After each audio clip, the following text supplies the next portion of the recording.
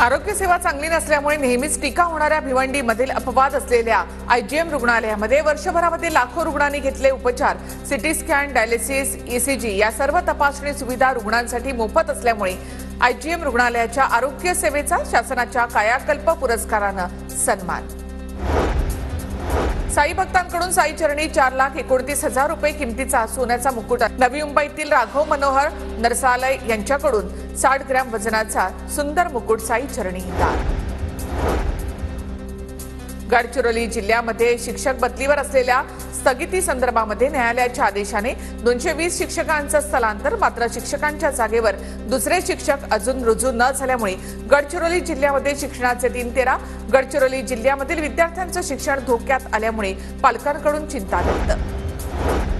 संत गाडगेबाबा अमरावती विद्यापीठामध्ये बिबट्यासोबत आता पट्टेदार वाघाचाही संचार। सावधगिरी म्हणून संध्याकाळी 6 ते सकाळी 7 वाजेपर्यंत विद्यापीठ परिसरामध्ये प्रवेश बंदीच्या सूचना। पालघर आरोग्य विभागाच्या ढिसाळ कारभाराच्या विरोधात कष्टकरी संघटनेचा धडक मोर्चा।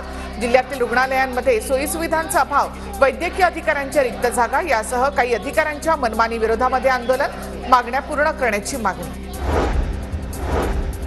भीमा नदीमध्ये अवैध वाळू उपसा करणाऱ्यांवर कारवाई दरम्यान 6 बोटी नष्ट। वाळू चोरांचा तब्बल 50 लाखांचा मुद्देमाल जप्त। तहसीलदार जीवन बनसोडे यांच्या नेतृत्वाखाली महसूल आणि पोलीस विभागाची संयुक्त कारवाई।